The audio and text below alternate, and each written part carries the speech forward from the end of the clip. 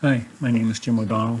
I'm Executive Director of the Connecticut Institute for Resilience and Climate Adaptation and Professor of Marine Sciences at the University of Connecticut.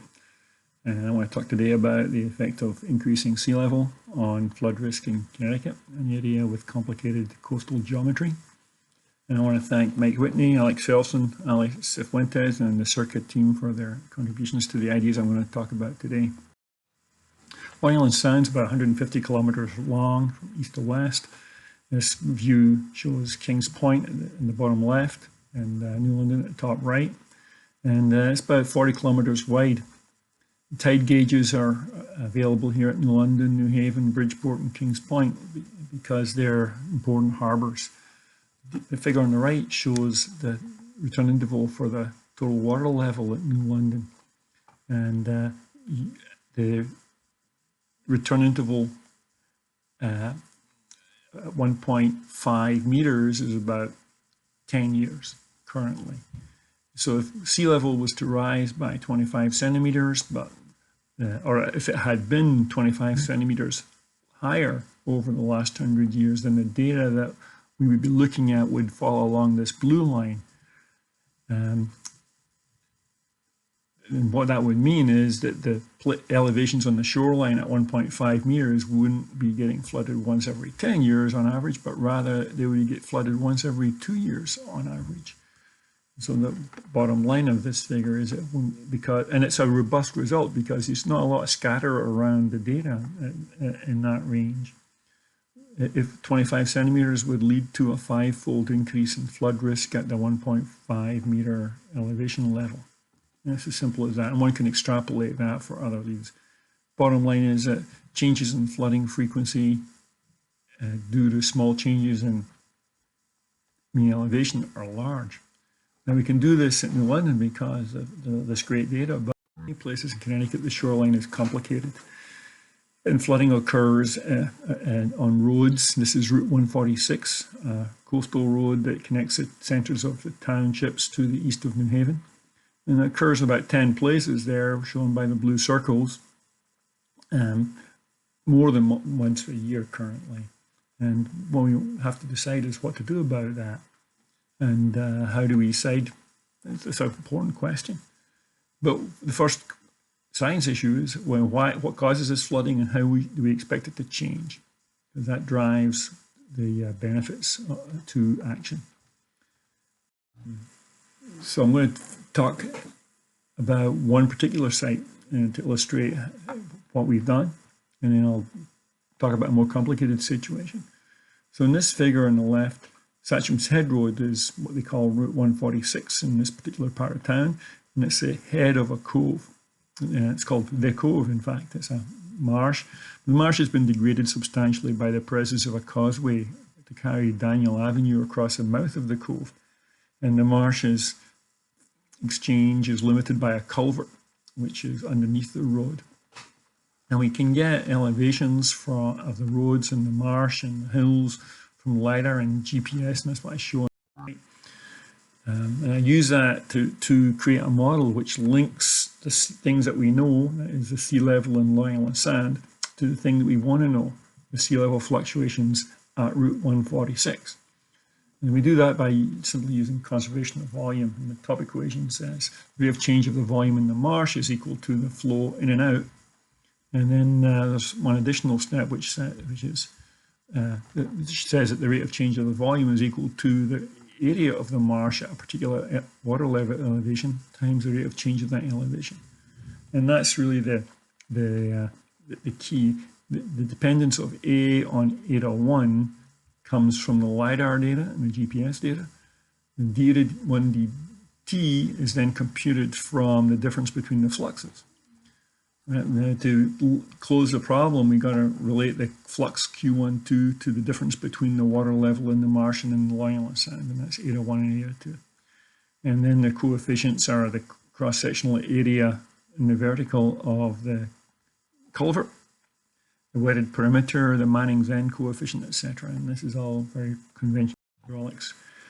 The locations are pretty nice. This is the culvert. It's about 75 centimeters wide, concrete. This is another view of it. It's about 1.2 meters high, 2 meters wide. And then if you look north from the culvert into the cove, you can see how beautiful it is actually, even though this is a pretty degraded marsh. The hills on the right and left are constraining the water into this channel, and then Route 146, Satcham's Head Road, is the horizon on the north. To summarize the topography data, this graph is convenient. The blue curve shows how the elevation varies, how the area of the water surface varies with elevation. Right? And then the dashed line here shows Satcham's Head Road elevation and Daniels Avenue. Remember, Daniels Avenue is the elevation of the road at the southern end of the cove. Then we can solve the equations with an appropriate choice of the Manning's N. It makes the model and the data collected in two different deployments agree in an optimal sense. Then we can use the model to create an elevation series for water level at Route 146. We force it with water level taken from the New Haven tide gauge, solve the equations, we can get things that look like the graphs on the right.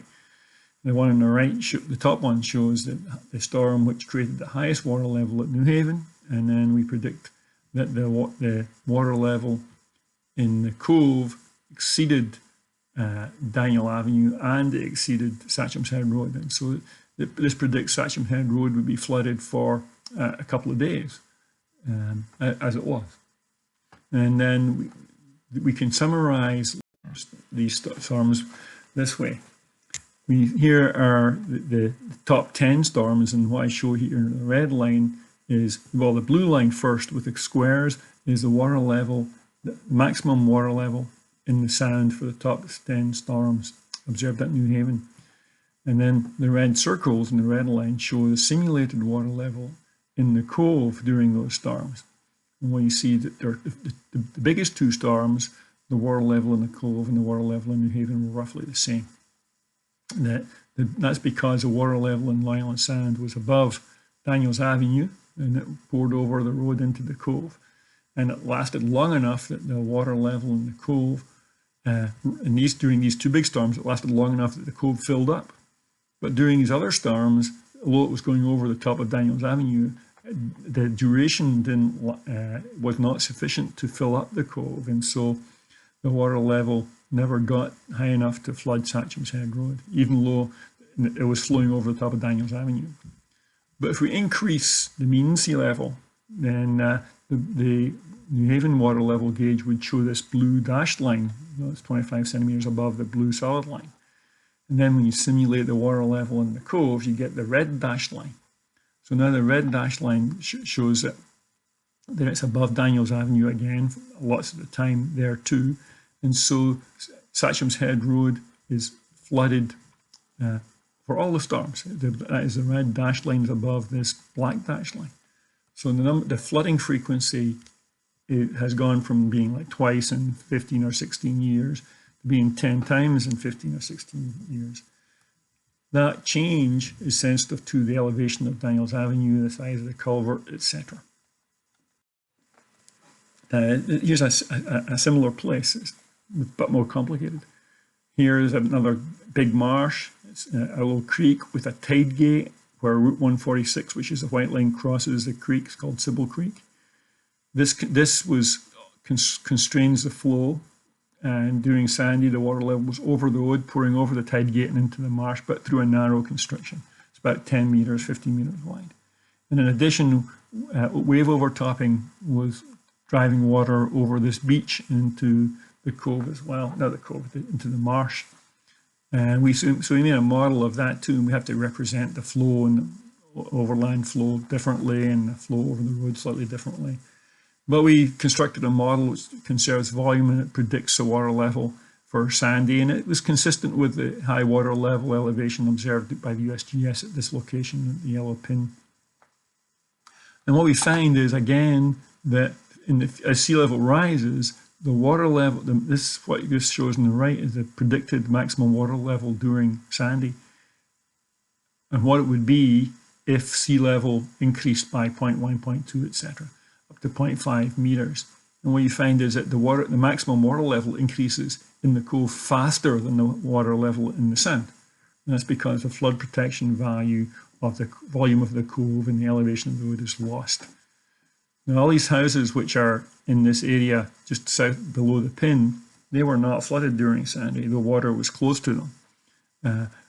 But they are benefiting from the height of the road in both at Limewood Avenue, which is where the overland flow was, and over the road here.